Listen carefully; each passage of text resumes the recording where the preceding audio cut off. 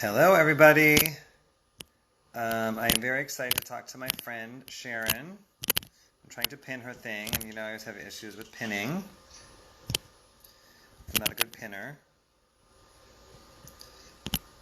Oh, and it was so easy that time, see? Hi, guys. Thanks for joining. How are you?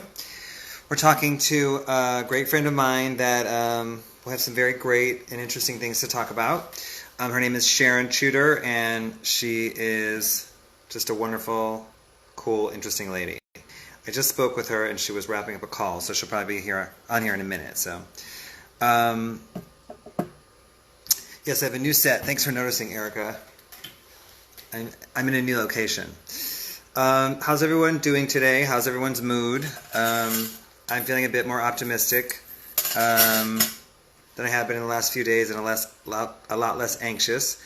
Has anybody been protesting? Sharon has just joined. I'm excited to talk with her. Hey, Sharon.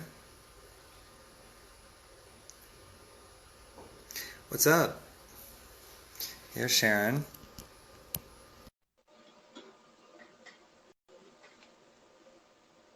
Hey, Chandra. Hey, Sharon. Hi, I'm sorry. I look crazy because, it's that kind of day. Well, first of all, that's why I'm glad I text you again. You mean? If you had texted me, it would have been interesting because Okay. I would have completely forgot. But no, it's amazing. And so apologies to everybody that I look like crap. I was just, it's been a crazy day and I've just been getting stuff done. You're giving us gorgeous cheekbones, so. Mama, there you go. So I want to obviously talk about your new thing you're working on right now, but I was thinking about you today, and I was like, I don't think maybe some of my friends even know what you do. They kind of have met you and things, but they don't know what you do, which I think is really cool. And I was thinking, because I bring people into these kind of social environments, and I don't like saying kind of who they are and let people organically have these relations. So I think you've met a lot of my friends that way, in a great way. But I want to say that you are a really amazing, special woman, and that you should really just be proud of yourself. And I'm really happy to celebrate you right now and today. But I want people to know kind of your background. I want to start there before we get into the main course. Okay. Exactly. So which is why most people don't even know what I do, especially like when we're out and about. People sort of like, yeah. So my background, obviously, I came from corporate. I'm not a singer. I'm not a dancer. I'm not an actress. I don't do any of this kind of glamour stuff. But for me, I actually started my life wanting to be a singer, and I was a singer and a performer. And I hung up my husky. That's what I called him. I'm more of a Tina Turner kind of girl, and I hung up my husky voice. And went to pursue another passion of mine, which was beauty. And I think what I loved about beauty is that it's an industry that really makes, it's very transformative. It makes people feel good about themselves. You can have a really bad day and you play with makeup and you look good. You know what I mean? And I really like that. And that was why I went into the industry. I didn't quite understand, where my career would take me. When I started, it was like, as everything in my life, it just sort of happened, and then I followed that through. I left the beauty industry for a while and went to work with other brands, and then came back. And, for me at that point in time, it was just about, what next, especially as a Black woman, in corporate where nobody cares about you. And, I sort of navigated all the way and ended up in a executive level role, and got frustrated and left and set up my own brand, because after a while, I just thought that, what I joined beauty for, the industry just wasn't it. It just wasn't it. And I was done complaining and whinging about it. And I was like, you know what? Be the change you want to see. And if it's exactly what's going on now with this pull up or shut up. That's what I told myself. Like, put up or shut up. Like, go out and do something about it, or stop whinging and just sit down and be a corporate puppet. So I want to ask you a couple questions first. what drew you to beauty? Was it the because you are, you know, you have a really creative mind, but you have a really business mind, and Yes. it's a rarity that people have both. And you're like kind of you're like 100% creative and 100% business. So usually people, you know, like you have like so you have like 200%. So like, you know, what drew you to it? Was it the beauty part or the business part, or like what, you know, how do you like? What's your percentage with those two? Well, I Because think you're it's really, because you're, I'm sorry to cut you off, because you are exceptionally good at navigating business in a way that I've very rarely seen. So, you know. yeah. So it's because, you know, my background. So my early life, I was an academic. You know, I finished high school as, you know, I was barely 15 when I finished high school and went into university. So I was always one of those whiz kid, genius kids kind of thing. Yeah. And my parents wanted me to go into the science. You know, they wanted me to become an aeronautical engineer so I can repair planes. And I remember I was filling my entry for uni and I was like, I don't see myself, you know, covered in grease, you know, but they loved it. You know, firstly, I'm Nigerian. There's only 4 professions in Nigeria for our parents. You can either be a lawyer, doctor, engineer, or you're a complete disappointment. So right now I'm a disappointment. You know what I mean? So at the time, exactly, I was going down the path of being an engineer because my doctor was already taken with my sister. And so I've always been very, very academic, but it also created a big clash in me. And, you know, that's what I bring out in my brand because I understand when people have a conflict in them. I was conflicted. I was extremely, because normally creatives are like, everybody expects creatives to not be book smart, you know, if we want to use that name, you know, to not be academic. But I was academic, but I also was very creative. Like I was, you know, I was the person who would write poems. I would, you know, write music, you know, and stuff like that. It was a really big clash. And it's actually why when I went to uni, I dropped out because I was so in this kind of, you know, like, academic path and I felt trapped because the creative side of me just wanted to like fly out and I went to become a musician. And so that's why I actually came into beauty because I found beauty was one space where I could combine those two things together. I could express my creativity more through art, you know, like more through like painting a face. I'm dreaming of color, you know what I mean?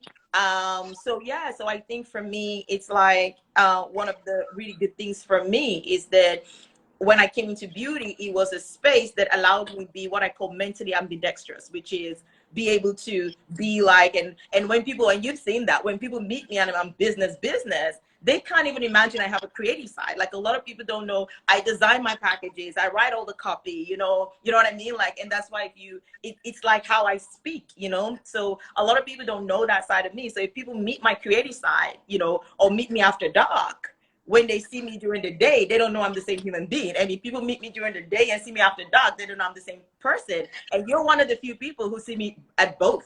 So yeah. First of all, a lot of duality going on there. First of all, in general, you know, with the creative and business and day and night, I love it all. So, but like I said, I really noticed that one of the first things I noticed about you, how extremely creative you are and how extremely business you are, and it is very rare. So, Yeah.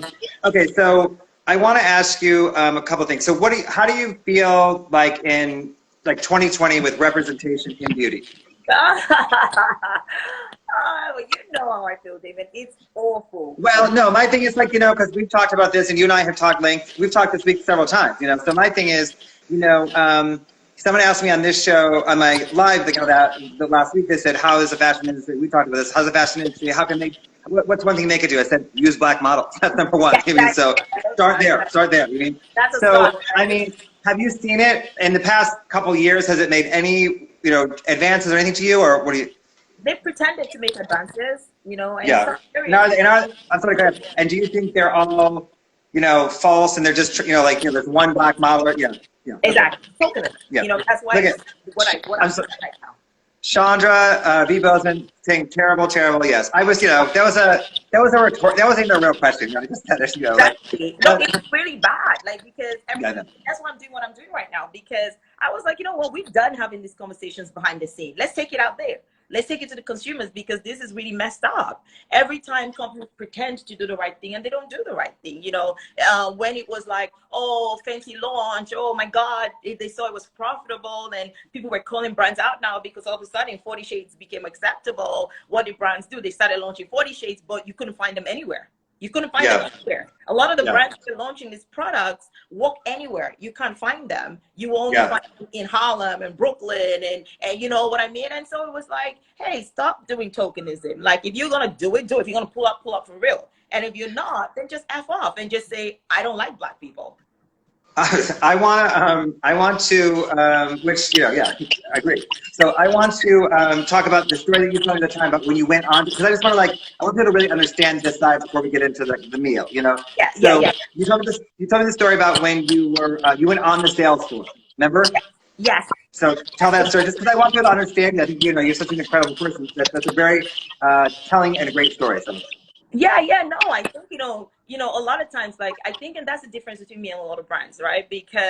And that's why I scream like diversity matters, when I talk about inclusivity, it's deep to me because I know what it feels like to be left out.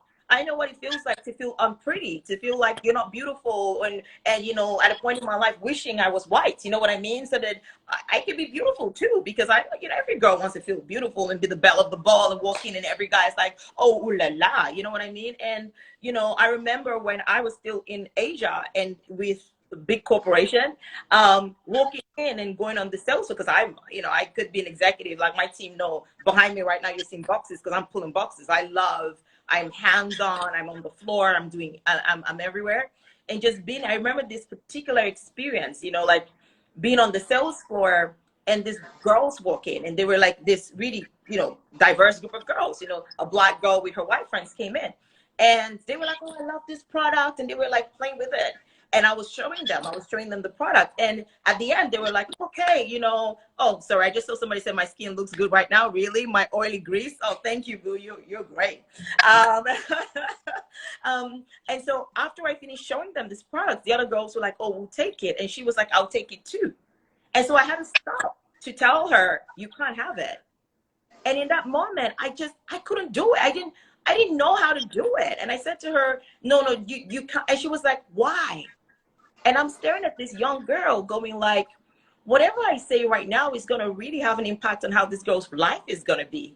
Because how do I explain to her then why can't she have it?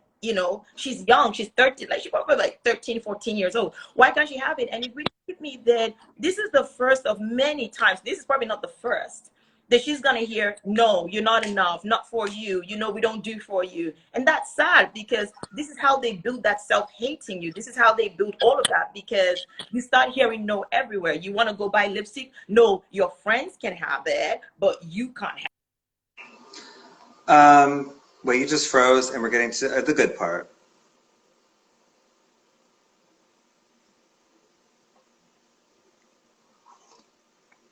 Oh no, right when we're getting to the good part. Hold on.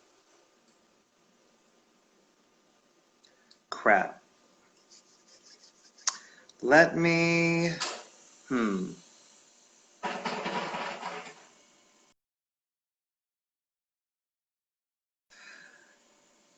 Oh, maybe she's going to join again. Perfect. Riveting conversation. Love her very much. Can't wait to continue right now. We're going to get to now what she's been working on the last year or so. You mean? So. Imani says, Wi-Fi stays trying to hold us back. No, she joined again. Yeah, we got it.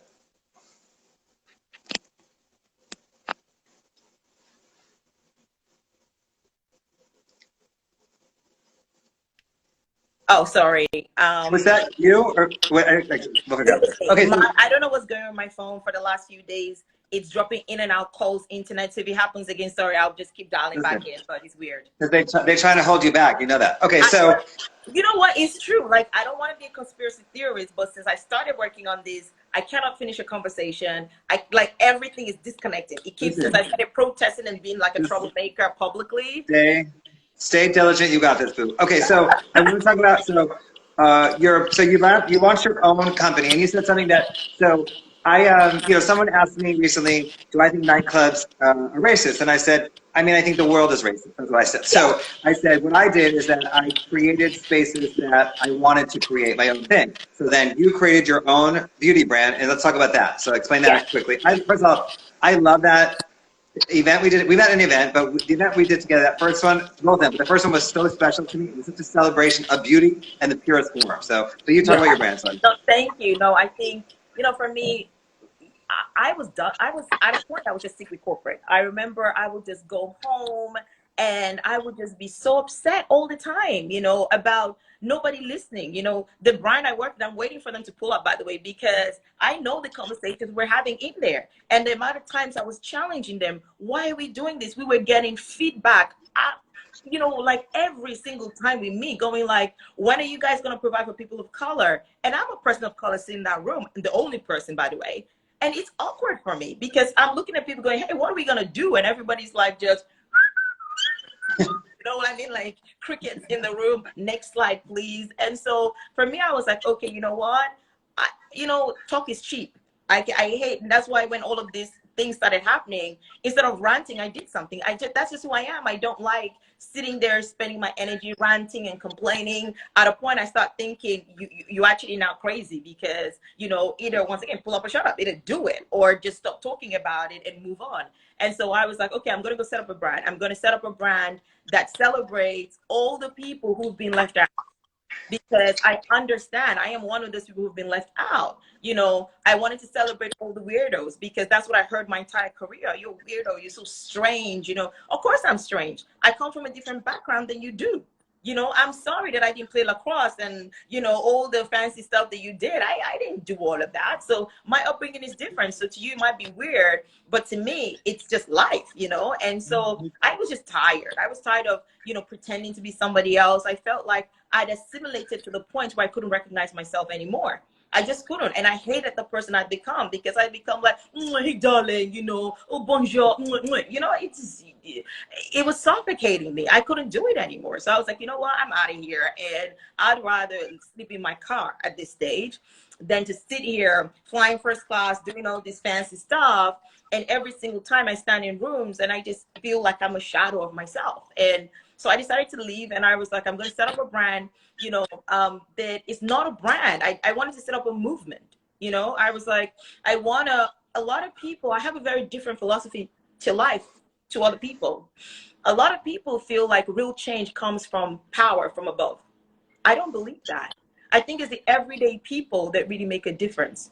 I think it's the little things that little people do, all these people who were little, right? In our little way, it's just by us making a conscious decision to actually do it, right? And that makes the biggest impact. If you look at the biggest revolutions or the biggest changes in the world, it wasn't done by a superstar. When last did Michael Jackson lead a revolution? You know what I mean? And that's my belief. So it was like, okay, let me do something in my own small way. I'm gonna go and set up a brand that is gonna be about the people, as opposed to be about fake lips and everything that beauty just became. It just became so. I'm like, so that's fun and all, but when people are done looking at that, they will find somewhere where they can find a home that they feel included. They understand that they can be themselves no matter who they are. And honestly, the weirder the better. Like, I love the word weird.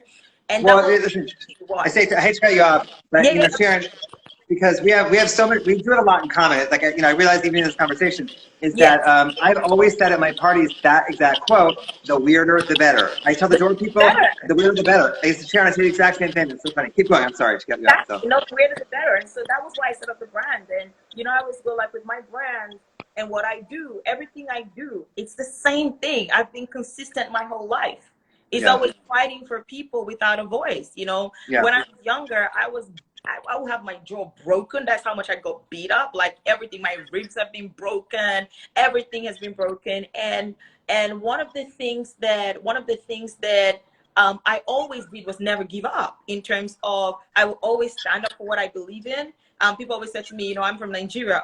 They tell my mother, this one will be with you forever because no man is gonna have this girl in his house because she talks too much. She's too outspoken, and I had to accept that about myself. That this is just who I am. I can't bottle things up, and I think through my brand, that's what I wanted to do: create a home where people felt free to express. without anybody telling them who they needed to be. You know, I also want to reach out to a lot of young people who are probably going through the same complexities that I did, in terms of life puts you into a box. This is where you need to be. This is who you need to be. And if you look like this, you must be here. And when you're a person who's complex, it can kill your spirit, because at a point you start thinking you're wrong. And when you think you're wrong, you start trying to conform. And here's what I learned about life. You know, it's quite interesting how life works in the opposite.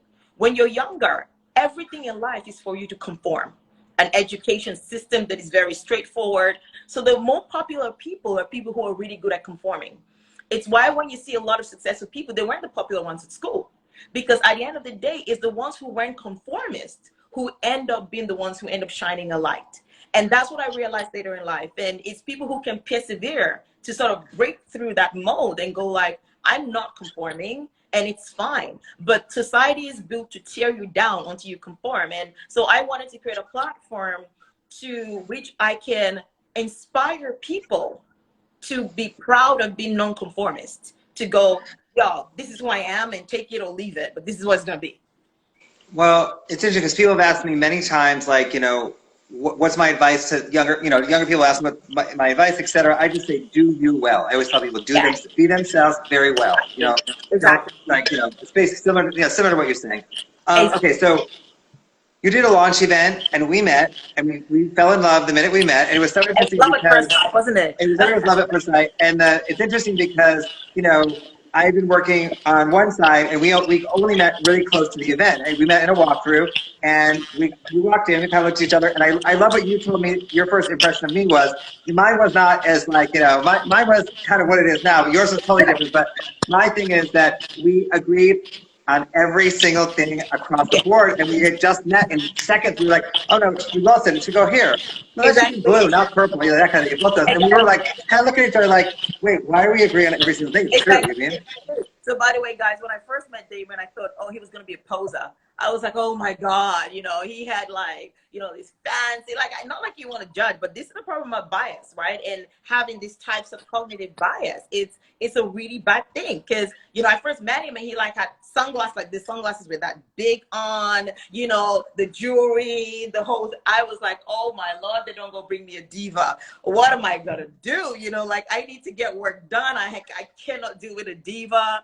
And it was the complete opposite. Like you were just such a sweet soul. And that's why I go, it is so bad, stereotypes. It is so bad. And it is ingrained in all of us. None of us are immune to it, in terms of you see a person and you sort of try and judge what they're going to be. And then it's completely opposite. So you're like the most opposite of that, unproblematic, easy. Like so I just thought I would talk about that, because a lot of times people feel embarrassed when they stereotype, but that's why it's important that you recognize it in that moment when it's happening, and like just go, you know, put a lid on it and go like, okay, I'm gonna open myself to actually getting to know this person beyond what my bias thinks that person should be. Everything you're saying I agree with. I just think it's funny because it's me, and I was like, you know, what's up, guys? You know, it was funny. Like I said, we met and we agreed kind of on every single thing. Yes, yes, yes. You and I, kind of out of the whole group, which was interesting. And then you did the launch, I'm not saying it because I worked on it with you on the thing. The launch was spectacular, amazing, and gorgeous on many levels. I think I've told you this many times. It was such a special moment of that year. That was probably one of the most beautiful parties, number one. And so unique. It was so unique and so special, but also like ultra fabulous. It was so many great things. It was like, you know, I remember I did the red carpet and I was looking, I'm like, there would be like 10 people on the red carpet. I'm like, this is the most gorgeous red carpet. And to be honest, it wasn't big celebrities. It wasn't a lot of big celebrities. It wasn't about that. It was about exactly what you're saying. It was about diversity and inclusivity and all these amazing things. And, you know, it was a really special moment, that event. I really want to, you know, stress that because it was like major, basically, for me in my head. So. It was just amazing people, you know, it was amazing people. There was no, you know, there was no pretentiousness. Everybody was just coming there celebrating. And I think as well, for a lot of people, they were just surprised to see that many people of color in a room, because we're all being the only ones. And then walking into a room and we were the majority, like people kept telling me, I've never had this before, like walking into a room and we're the majority. That doesn't happen. I'm like, well, now it is.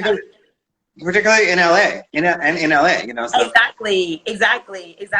So it's crazy. Oh my gosh!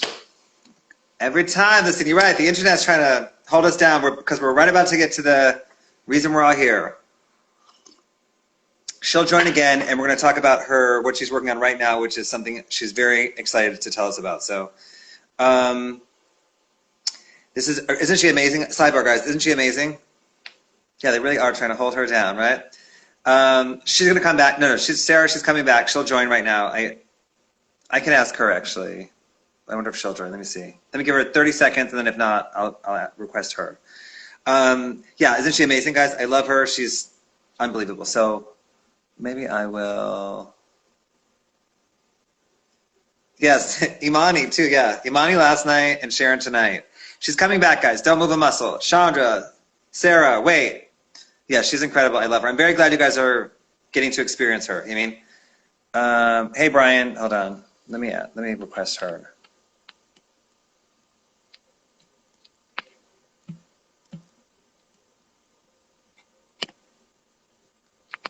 I just requested her. Let me see what happens now.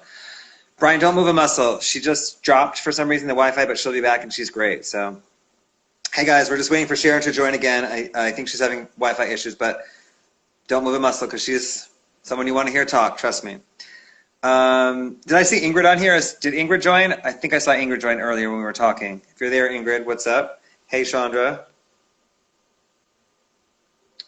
Sharon will figure this out. Yes, the tribe. Hey, Elizabeth. We're waiting. Sharon just dropped. I think she's having Wi-Fi issues, but we're going to wait. She's going to join back right now, and she has some really amazing things to talk about. So please stand by. Hey, Cliff. We have Sharon. Her Wi-Fi, I think, is acting a little funny, so she just dropped, but she'll join again. So wait, because she has some really interesting things to tell us about right now.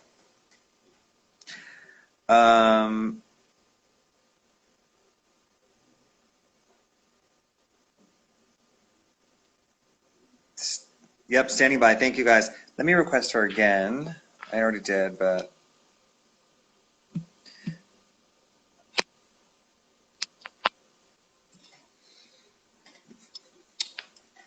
They're trying to mess with us because... What's up, Sarah? How have you been? I've really enjoyed your Instagram recently, Sarah. Thank you. Imani, great to see you 2 nights in a row. Thank you for tuning in tonight. Imani was on last night. I appreciate everything you said recently, Imani. Sharon. Let's send good vibes. Cliff, how are you? Miss you.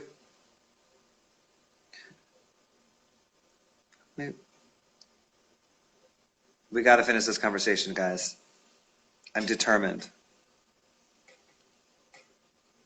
Yes, let's vibe her back, Sydney said. Good vibes only, correct. I guess I'll request her again. Yes, Brian, you can borrow my shirt. Bruno Mars has the same one, too. Hold on.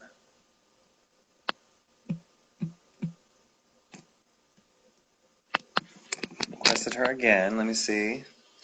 Come on, Sharon. Come on, Sharon.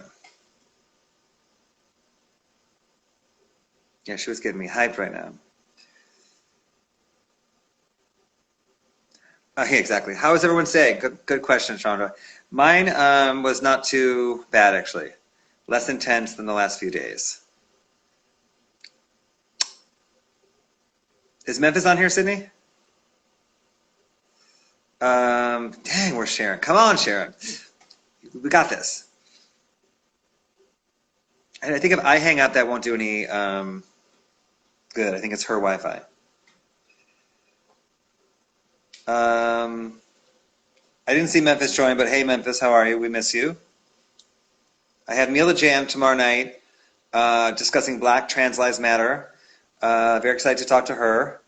And just, I don't think a lot of people even realize the state of Black Trans Lives Matter. So I'm really excited to, well, not excited. I'm very, I don't know the word, but I am,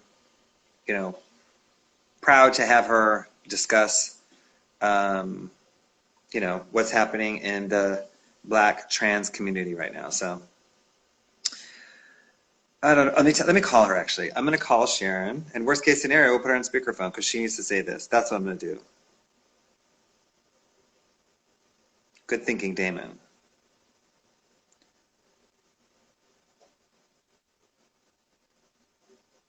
I think I might do it right here. Hold on. I think you guys will be able to hear her too. Hey, boo, my phone is going crazy. I've had to restart it. I don't know what's going on with me. I swear, these guys are blocking me. I don't know what's going on. Okay, no, but Sharon, so two things. If you're not going to be able to join on the you know, the FaceTime, we could do just your voice because now I want to talk about your thing. So, like, do you want to, can people, first of all, can people hear Sharon? Say something, Sharon. Hey. I think they'll be able to hear you. Yeah, they said yes. Okay, so do you want to try this? Okay, perfect. Can you join? Can you join this or no? You don't think you can join it? No, it's not letting me. It's not letting me. Okay. Like, literally, it's locking me out. So, exactly. You know, that's part of the point of all this. Okay, so let's get into it right now. Like I said, this is the meal of this conversation. So you started something. Obviously, you know, we've talked several times this week, and you like you said, you're a doer, and you said you're going to do something about this. So please tell us what Pull Up for Change is. Yeah, I think Pull Up for Change was just, you know, initiative, but I just came out of frustration through everything that's been happening right now, and I just felt like, you know, it was such a pivotal moment for us. You know, we've had a lot of moments of, you know, Black outcry and frustration, and usually, you know, nobody listens. You know, 2014, you know, we had the big Black Lives Matter movement, and it got shut down because white people said, oh, all lives matter, and then that overtook it and nothing happened, right? It didn't go anywhere.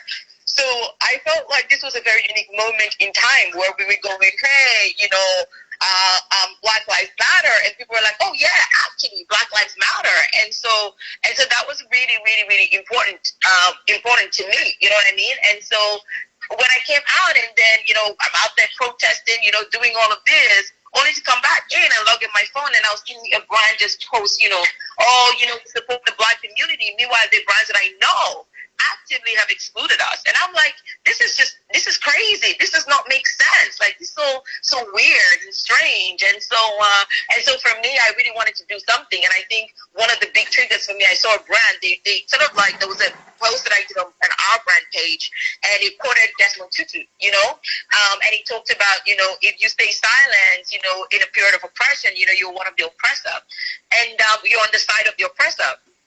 And I saw brands reposting this, and I was so annoyed because I was like, the social media girl who's probably posting this, or boy posting this, probably doesn't even know who Desmond Tutu is. And it was very offensive to me. You know, like, you know, every single time we have a problem, people exploit it. People are always exploiting and appropriating our pain. When George Floyd was there lying there dying, it hit every Black person really hard because it was all of us. You know what I mean? And to take that moment and then cheapen it into some really shallow, I'm donating, really, really hurt me to my core, because I'm like, let's even look at the root cause of all of this. At some point, we really, really have to start trying to fix this, as opposed to every time things happen, let's just scream, you know, like, let's just absorb ourselves a bit. And I felt like corporate America have never understood or appreciated the role they've played in creating these problems. You know, when people see what's happening with police brutality, everybody sort of sees problem as singular issues. I don't see things like that. I'm always seeing cause and effect. I'm always seeing how is it all connected? How did the dots all connect? And I feel like a lot of times the way to actually solve problems truly is go all the way and find the roots. You know, if you take a big tree and you just cut it, and the roots are still on the ground, what's going to happen? It's going to grow all the way back up. So when you want to, like, literally make sure a tree never comes back up, you got to go all the way down there and make sure you remove the entire root. And that was my thing, and that was why I started this as a direct action plan to go, okay, you know, why are we, you know, why do the cops hate us? Why do people hate us? Because of the stereotype, because of the image that they actually see. You know, 1 in 3 people in jail are Black, is a Black person. You know, so to the average white person, we're all criminals, you know. Okay, why do they think that? You know, we live below the poverty line. We know what the data actually looks like. Okay, we live below the poverty line means it makes us really desperate, and we really need to do anything because we're blocked everywhere. Okay, how are we blocked everywhere? We can't get jobs because corporations are pushing us out. You know, we can't have our businesses funded because nobody gives us money to fund our businesses, and that's a problem. That's a really big problem. And so it was like going back to the root cause and then going, let's come in here. The role that corporations have played in depriving people of economic participation. And that was a really big problem for me. And that was the one that I was like, okay, a lot of people are already tackling, directly the police brutality and police reforms and criminal justice reform. Okay, whilst this is a unique point in time where we have to dismantle this system completely. We have to. And so while other people are attacking this, from criminal justice, it's like, okay, yes, that's amazing. And then let me tackle this from a corporation perspective. And if we all played our own roles in all these different places, and we can start chopping this down, everybody's with an axe, like just chopping at this.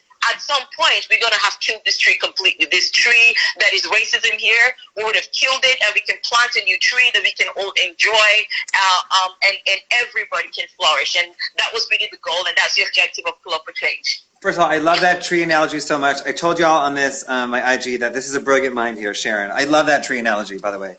Oh, thank you. So explain what it is exactly, because I think it's amazing. So, Sharon, first of all, sorry to cut you off. Sharon, people have hit me up directly and said they want to connect with you and things just based off of my posts. So it's obviously resonating with people. So, but explain what it is exactly. Amazing. No, absolutely. I think Pull Up for Change is a really grassroots movement. It's a call to action. Like I said, everybody always wants to wait for that big moment, for when Jay-Z and Beyonce are going to turn up and save the world, save all Black people. That, I feel like, there's the impact that they're going to make and they have made and they will continue to make. But we all have to play our own part. And our part is, holding people accountable and using our voice. You know what I mean? And that's what this is. It's a call to action as a grassroots movement to actually hold corporations to account. At the end of the day, people think the power is with the big guys. Then no, the power is with us. We're the ones spending the money that is making them billionaires. So if all of us stop spending that money, the billionaires will listen, because all of a sudden they're back to being all of us because the money ain't there anymore. Yeah. And that was the idea. Let's all hold our spending power. That's the only way brands are going to listen to you. They only listen to your wallet. Yep. And the wallet is yours. You have the power. You can drive change. Just take that wallet, put it in your pocket, and tell your brands to pull up for real. Talk is cheap. They're going about donating $1 million to Black Lives Matter, and that's great. That's fine. But look into your own house and look at how you've contributed to the problem and create solutions. And I'm really excited to see already mega brands have come in and they pull up, and go, hey, I want to be part of the solution. Okay, what do I do? Okay, here are my numbers. Because the first step to fixing a problem is accepting you have a problem. And that's my problem with the brands. In this moment where they could have come out and say, hey, you know what? After thinking about it, I now understand my role. No, they didn't do that. They just came and told their followers, don't be silent in oppression. You guys do the right thing. And it was, no, we all do the right thing, including you. And so that's been really the objective of this, is just to really hold brands accountable, hold corporations accountable, because they are the gatekeepers of economic participation. And and they have failed Black people, period. They have failed Black people in America. They have failed Black people all over the world. They have protections in place for vulnerable workers, of their own. They have unions, for like blue collar workers, but there's no protection for us. So the phase one of this activity is firstly to get their attention, to make them accept they have a problem, and the phase two is to create a solution. And the solution is every single industry or cluster of industry needs an independent diversity board. They need an independent diversity board that is comprised of people from all races and marginalized groups like the LGBTIQ plus community. So everybody can have a voice. We have it. That's what Congress is. That's what Senate is. Imagine if we didn't have Senate. Many counties and regions will be underserved and completely overlooked. So we understand that that's how you hold things accountable. But for Black people, for some reason, nobody's ever found the reason to do that. And I'm like, okay, let's fix it. And I'm hoping this has far-reaching impact, not just to the Black community, but to other underserved communities, because we have to establish diversity boards. It has to be standard. And these boards have to be funded by both industry and government, and they have to hold corporations accountable. They have to go in there and work with corporations on solutions but also monitor these numbers and have to be a place where, when people who are even, because another problem is when people are in these corporations, they never promote them, or, they face injustices. There has to be a place where they can go to. There have to be a charter set up with, these are the rules of engagement as it comes to diversity, with penalties, because corporations only listen when money is at stake. So you have to have penalties. Like right now, union workers, if you work them overtime, you have to pay overtime, period.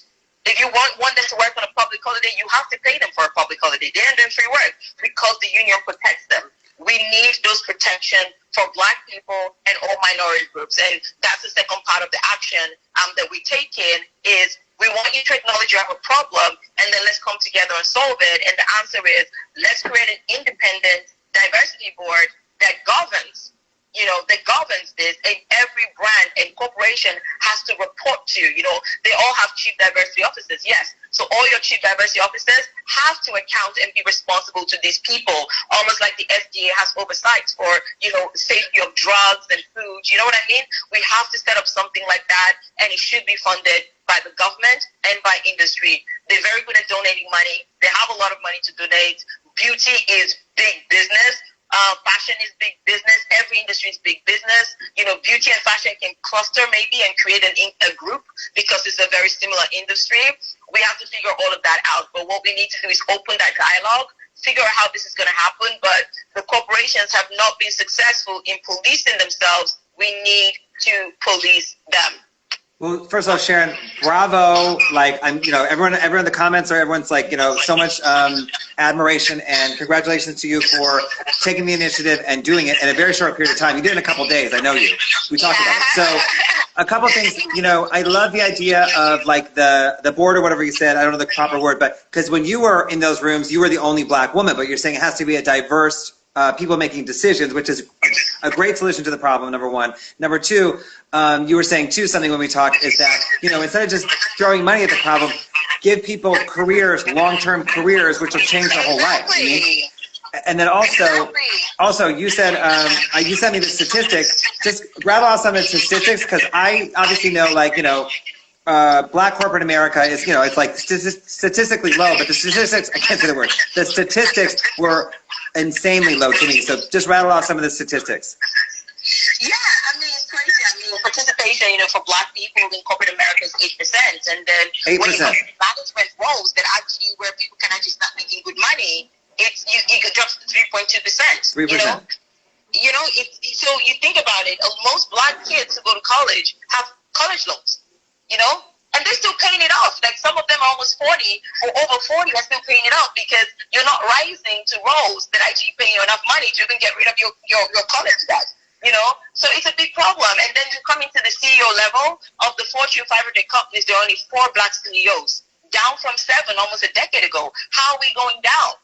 But if you actually calculate it, since the reporting started in the 1950s, I think, there's only been 18 Black CEOs of Fortune 500 companies and only 2 women, one of which is Ursula Burns. It's crazy. So I think it's just been and then you come into fundraising, raising money, only 2% of investment dollars goes to Black people. And then you look at Black women, it's 0.006%. Oh my God. Oh my God. You know how many zeros I just counted there? No, oh my God. That's a very small number. So the average Black woman gets $42,000 to set up her business. The average white male gets $2.2 million. Yes. That's not a gap. That is oppression. Period. I just want to make sure people heard that. Say that again. The average woman of color gets $42,000 to set up her business, and it used to be actually $36,000. $42,000. The average white male gets $2.2 million. That is not a gap. People talk about it as a gap. That's not a gap. That is just oppression. That's not pay inequality, people. That's That's the point. You can't even call that gap. You can't even put them in the same scale. It's like, it's like, when you go on your bathroom scale and you put a tiny thing on it, it doesn't even read on the scale because it's non-existent. You can't even start comparing it. It doesn't even register on the scale. And that's where we are right now. We're not even registering on the scale. We don't even have enough mass to register on the scale. So it's crazy. It's wild, and we just need change. And we've been talking about change for a long time. The time is now. We just have to get it done, and we have to do our best, and all of us have a role to play. Every single person. There's nobody here Absolutely. that doesn't have a role to play, and that's why we need to amplify this message in every way that we can, because this is an opportunity to, in one clean swoop, make broad reform. Broad reform. This is going to be bigger than us. This is probably going to be, if we do this right and we band together, this is probably going to be one of the biggest economic impacts in the lives of Black people for 100 years. Amazing. So it's important, and that's why I told my friends, like, get on the phone, call other people. If you know anybody who's not reposting and resharing, call them in lobby, repost, reshare. We need this to people. The good thing is brands are already listening. We have their attention. We need to put the pressure on. You know, we need to put the pressure on. We need other people to join the bandwagon, because the more people come out and join, the more people are going to be under pressure to come out and join. And already we have that today, where some mega people came out and joined and said, yeah, we're part of the problem. Good. You know, let's find a solution. And now it's pressure on the others. Now they're like, oh shit, we thought we were going to ignore this and let it go away. And now other people have legitimized it. Now we have to respond. So I think we all have to stay on it. We all have to keep going. Everybody has a role to play. Call everybody. Your fingers be on those brand pages and tagging, and let's all get grassroots here. So a couple things. I just want to be clear. You started this a couple days ago. I talked to you, I think 5 days ago, and it wasn't a thing. And 2 days later, it was a thing. So I want to be really clear. Good. Listen, I know you, and I love so many things about you. But the fact that you're such a hard worker and a doer is like one of my favorite things. They're saying on here, you should run for office. First of all, they're saying the comments you should run for office. And then also, you know, I've said this like all week. I do not think it's Black people's job to tell white people what to do right now. It's white people's job to figure it out. But what are some of your suggestions on, like, you know, my Instagram followers and like that? What can people do to maybe support this? Well, like, call everybody, you know, make sure they're all posting, reposting, resharing, tag blogs, tag celebrities. They have the platform. They can amplify this and make this mega. You know what I mean? Imagine if all these big people, you know, who put black towels on Tuesday did nothing. You know, everybody went black for Tuesday. What did I do? Where's the impact? Where's the show me the tangible, like where's the thing in our hand? You know, the protest out there did a lot. You know, those police officers got arrested because of the protest. So let's, you know, tag all your favorite celebs. Let them get behind it. Let them use their platform, because the more this is amplified, the more the corporations are gonna have to stop. So we can literally do something we've never done before, which is make corporate America stop. Listen to Black people and hire Black people in mass, and that will have an impact not just in our lifetime, but for generations to come. And that's what we're fighting for. No, listen, you know, I've said it many times. You have a brilliant mind, and I love you. So just to make sure that people on here know, so I put it in my pin, but it's just at Pull Up for Change, correct? Yes, Pull Up for Change. Yes. So, and the hashtag is Pull Up or Shut Up. Yeah, the hashtag is Pull Up or Shut Up. And then everybody go follow that page right now. I posted it. I'll post it again. Let's continue to support it in that way.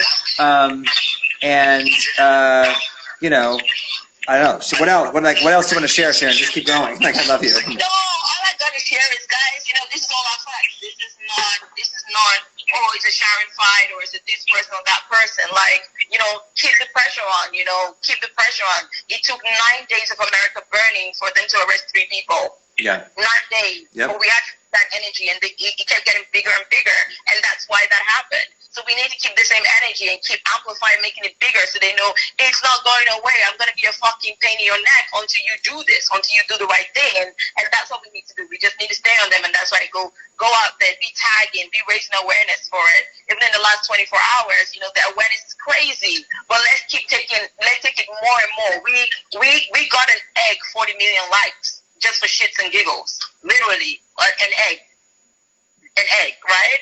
If we can make an egg do that, we can do more for actual real life, and change the narrative, get those prison numbers down. Because if we get money into people's pocket, it takes people off the streets, it takes people off the life of crime. So we owe that to people. It's high time, it's long enough. We've had oppression for 400 years. It's time we just, you know, they started this shit. I think it's high time we finished it. Let's end it. You should run for office, Sharon. I'm serious. So it's interesting because I have a friend that it's this crazy story. He turned off his phone last Wednesday and he didn't know. He was out of town. He turned off his phone and turned his phone on 7 days later. Was like, what is going on? He had no idea. And so I called him today to make sure, it's a lot to process in one day. So I called him to see how he's doing. It's like, it's a lot, but he said, the reality is America is demanding change, which is true. And you're also demanding change in the corporate world. So it's, so interesting. So. Yeah, exactly. Anyway, yes. All right. So Sharon, anything else you want to share? Anybody have any questions real quick? Yeah, you guys can't see each other. Exactly. I think I've said that, unless anybody had a question. But on that, I've said my piece. And good. I'm so glad to be here today with you, Damon. It's been a long day, but the battle continues, the fight continues, but we're soldiers, we're troopers, we're resilient, and that's the thing they don't realize that oppression has done to us. It's made us super resilient. We don't break, we don't crack under pressure. So the pressure's on them right now. The pressure's on them, and we have to just put the way that police officer put that knee in George Floyd's neck and didn't let go. Y'all, he didn't let go. We got to put that knee in corporation's neck and not let go. We're not here to kill them though, but we need to put that knee and put that pressure on. So let's do it. Let's do it. Let's go for it. All right. Yeah, like they were trying to mess with us, IG, and we made it work, right? And oh my God, that's what I'm going. We always find a way. We're resourceful. So anyway they go, any which way they try, we're here. We're not going anywhere. We're gonna make this shit happen. All right. Well, Sharon, I love you very much. I'm extremely proud of you. I'm so glad that you shared this with us tonight. You're amazing. You're awesome. And anything you need from me, let me know. Or any of our people watching, everyone on here is like now a huge Sharon fan, which is exactly what I wanted. So let me know. I can share it obviously and things like that. But let me know anything else you may need to support it. Okay. Absolutely. No, thank you so much, Damon. It's been amazing chatting with you today. Good. I love you. Thank you. All week. I've talked to you several times. Yeah, I really like talking to you all week. So I love you. Yeah, exactly. All right. Get some rest. I know you won't, but get some rest. I love you. Okay. Bye. Bye. Amazing, right, guys? I told you. It's an amazing thing that she's doing. So everybody follow it. It's Pull Up for Change and support it. Post it. Hashtag, I think it's Pull Up or Shut Up. And then tag, like she's saying, friends, celebrities. Let everyone know about it because it's a really amazing thing. So, and I love her. Thank you guys for watching. Tomorrow we have Mila Jam to discuss Black Trans Lives Matter. So that's going to be a really important show as well. And thank you guys for all your support. I love you all. Bye, guys.